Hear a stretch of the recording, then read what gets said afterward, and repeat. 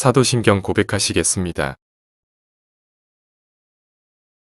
전능하사 천지를 만드신 하나님 아버지를 내가 믿사오며 그 아들 우리 주 예수 그리스도를 믿사오니 이는 성령으로 잉태하사 동정녀 마리아에게 나시고 본디오 빌라도에게 고난을 받으사 십자가에 못 박혀 죽으시고 장사한 지 사흘 만에 죽은 자 가운데서 다시 살아나시며 하늘에 오르사 전능하신 하나님 우편에 앉아 계시다가 저리로서 산자와 죽은 자를 심판하러 오시리라. 성령을 믿사오며 거룩한 공회와 성도가 서로 교통하는 것과 죄를 사하여 주시는 것과 몸이 다시 사는 것과 영원히 사는 것을 믿사옵나이다. 아멘.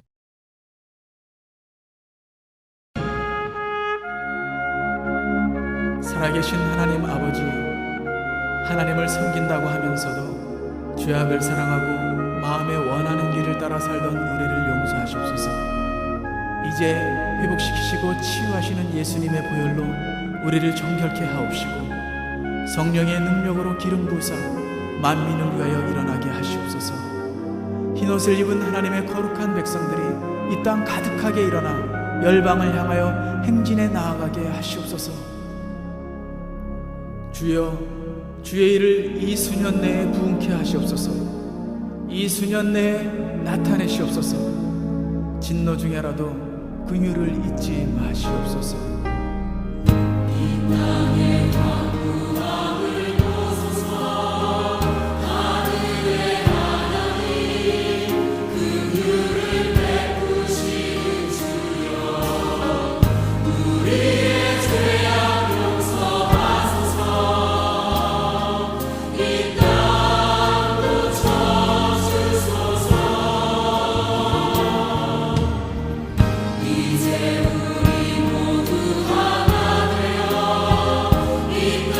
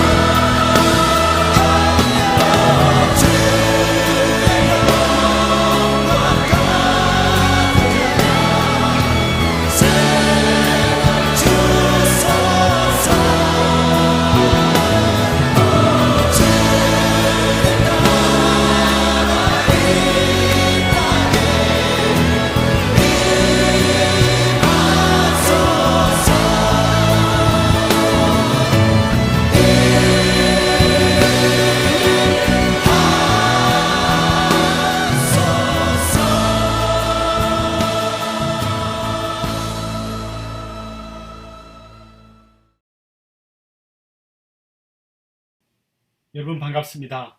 오늘은 열왕기상 17장 17절부터 24절까지 말씀을 중심으로 엘리야의 전지훈련 이런 제목으로 말씀을 전하도록 하겠습니다. 먼저 제가 하나님의 말씀을 봉독하겠습니다.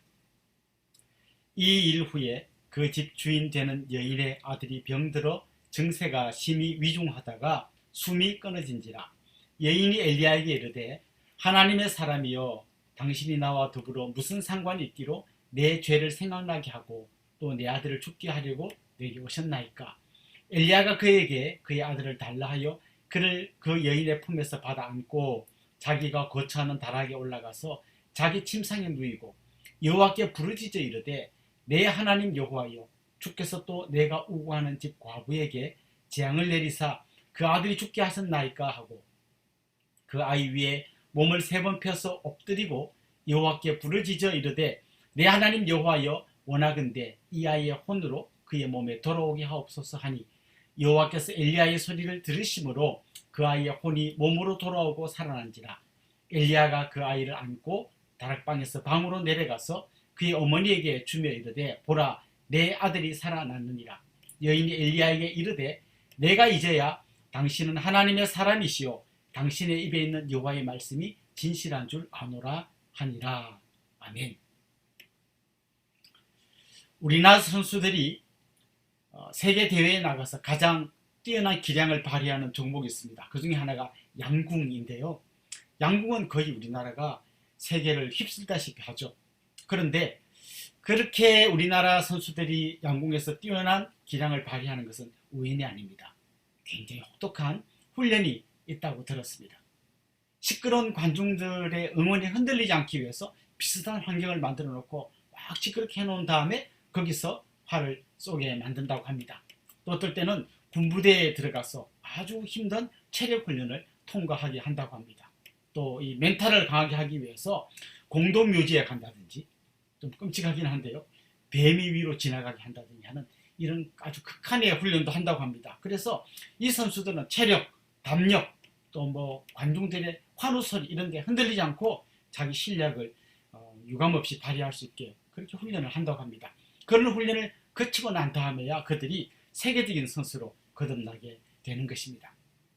그런데 여러분 이거 아십니까? 하나님도 그렇게 우리를 훈련시키고 있다는 것입니다. 하나님은 때로는 고난의 골짜기로 눈물의 계곡으로 우리를 보내시고 그 길을 통과하게 하심으로써 우리를 하나님이 쓰시는 위대한 하나님의 사람으로 만들어 가신다는 것을 기억하면 좋겠습니다. 다윗은 골리앗을 이기기 전에 수없는 하나님의 훈련을 받았습니다. 곰과 싸웠고요, 사자와 싸웠고 늑대와 싸움에서 이겨냈습니다. 거기서 양들을 지켜냈습니다. 물맷돌을 다루는 법을 배웠습니다. 무엇보다 그는 그 힘든 환경에서 오직 하나님 한 분만 의지하는 훈련을 계속해서 해왔습니다. 그래서 뭐 아주 뜻밖의 행운으로 골리앗을 이긴 게 아니라 수많은 훈련 끝에 그 하나님 앞에 간절히 매달리는 기도를 통하여 그는 마침내 승리를 거두었던 것이죠. 요셉은 보디발의 집에서 종살이하는 동안 그리고 감옥에 갇혀서 옥살이하는 동안 또 혹독한 자기 나름대로의 훈련을 거쳤습니다. 그리고 마침내 애굽의 총리가 되었습니다. 오늘 본문에는 엘리야가 나오는데요. 여러분 엘리야 하면 떠오르는 아주 유명한 이야기를 아시죠? 네, 갈멜산에서 불이 내려와서 바알과 아세라 선지자 850명과 맞붙었다가 승리했고 결국 이스라엘의 영적인 지형을 다시 회복시키는 놀라운 그런 주인공이 되었습니다. 그런데 그런 엘리야의 놀라운 승리도 우연히 일어난 것이 아닙니다. 하나님은 그를 혹독하게 훈련시켰습니다. 오늘 우리가 읽은 이 본문이 바로 그런 내용을 담고 있는데요. 우리가 이 본문을 아주 유심히 보아야 할 이유가 있습니다. 하나님께서 엘리야를 훈련시켜서 아주 죽음과 같은 영적인 잠을 자며 깊은 어둠에 빠져있던 이스라엘을 깨워냈던 것처럼 오늘 이 시대를 살아가는 우리도 그런 눈으로 이 시대를 좀 바라볼 수 있어야 합니다. 너무나 큰 어둠이 오늘 이 시대를 덮고 있습니다. 우리 그리스도인들이 너무나 무기력하게 힘을 잃어가고 있고 교회가 수많은 사람들에게 지탄의 대상이 되고 있습니다. 하나님의 영광이 짓밟히고 있는 그런 시대가 되었습니다. 바로 이런 시대에 하나님은 오늘 같이 예배드리며 말씀을 듣는 여러분 한 분 한 분을 훈련시키셔서 정말 주님의 놀라운 사람으로 사용하기를 원하고 계신다는 것을 기억하면 좋겠습니다.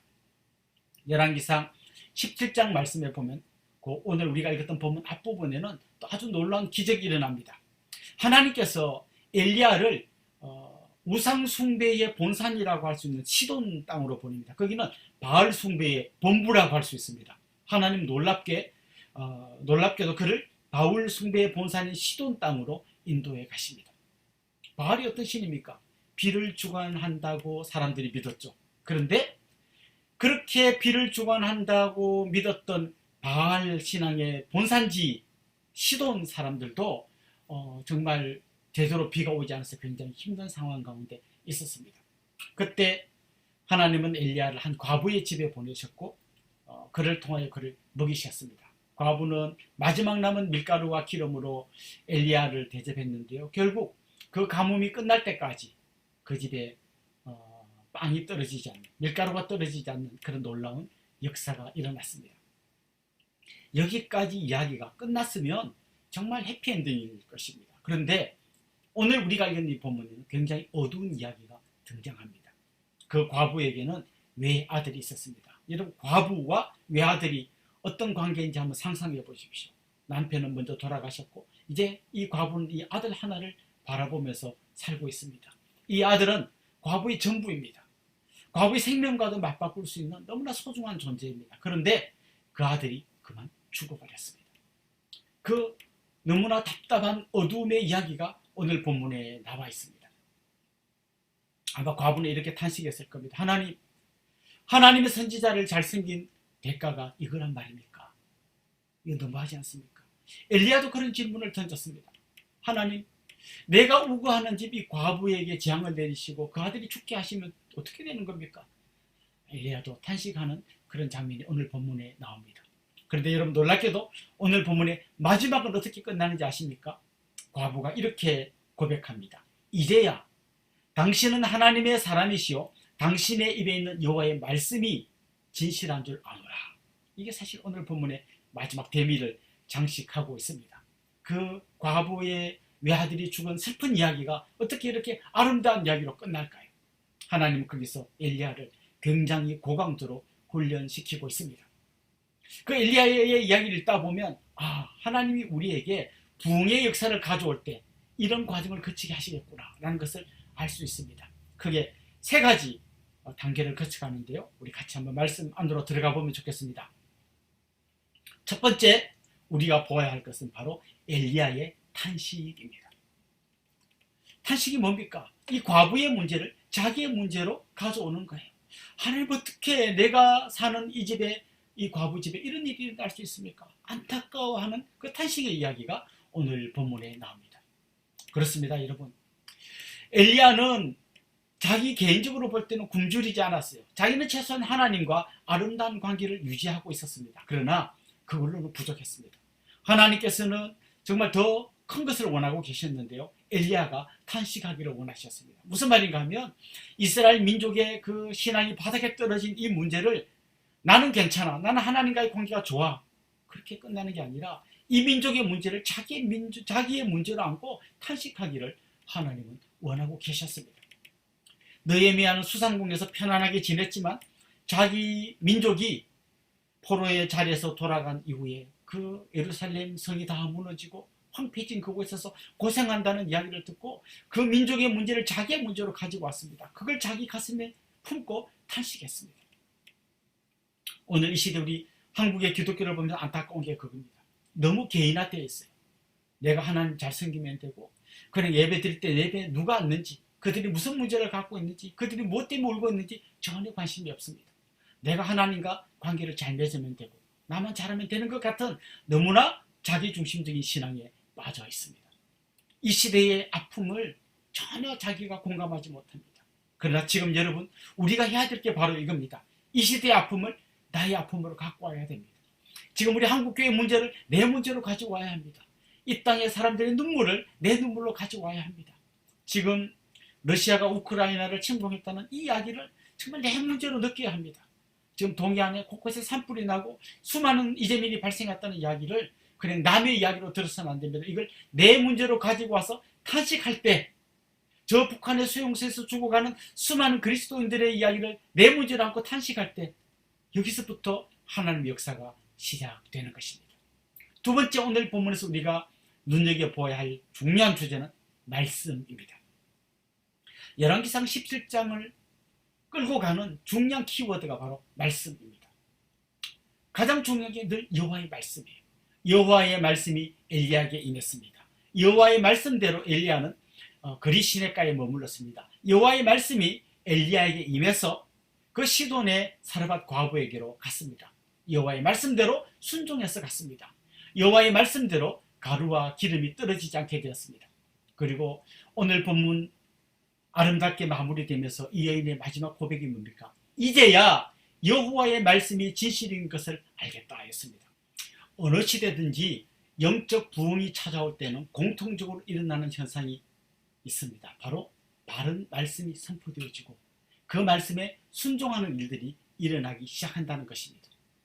에스라가 포로에서 돌아온 그 백성들을 모아놓고 하나님의 말씀을 선포할 때 백성들이 자리에서 다 일어나서 그 말씀을 들었습니다. 그리고 말씀이 선포될 때 아멘, 아멘 하면서 그 말씀을 받고 순종했습니다. 휘필드가 하나님의 말씀을 전할 때 그 말씀을 들은 사람들이 회개하는 역사가 일어났는데요. 그가 말씀을 전했던 탄광촌에 있던 그 술집들이 다 문을 닫았다고 합니다. 순종하는 역사가 일어났던 것이죠. 휘튼 대학에서 하나님의 말씀이 제대로 선포되었을 때 그 대학생들이 자기가 몰래 숨겨놨던 음란 비디오 테이프를 다 꺼내놓고 불 지르는 그런 역사가 일어났습니다. 오늘 이 시대에 필요한 것이 바로 말씀의 회복입니다. 바른 말씀이 선포되어야 하고요. 그 말씀에 진정으로 순종하는 말씀의 회복이야말로 진정한 부흥의 밑받침이 될 줄로 믿습니다. 마지막 세 번째 중요하게 우리가 살펴보아야 할 것은 그야말로 기도입니다. 엘리야가 전지훈련을 통해서 깨달은 또 하나의 중요한 부흥의 열쇠가 뭡니까? 기도예요. 그 죽은 아이들을 품고 하나님 앞에 부르짖고 기도했습니다.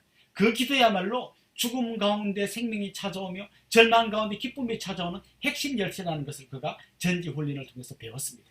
그리고 그는 갈멜산에서 간절히 기도함으로 놀라운 역사를 경험했습니다. 야고보 사도는 엘리야의 기도에 대해서 이렇게 말합니다. 엘리야는 우리와 성적이 같은 사람이로되 그가 비가 오지 않기를 간절히 기도한 즉 3년 6개월 동안 땅에 비가 오지 아니하고 다시 기도하니 하늘이 비를 주고 땅이 열매를 맺었느니라. 그렇습니다. 야고보는 우리와 성적이 똑같은 엘리야가 기도할 때 역사가 일어났다고 우리에게 이야기해주고 있습니다.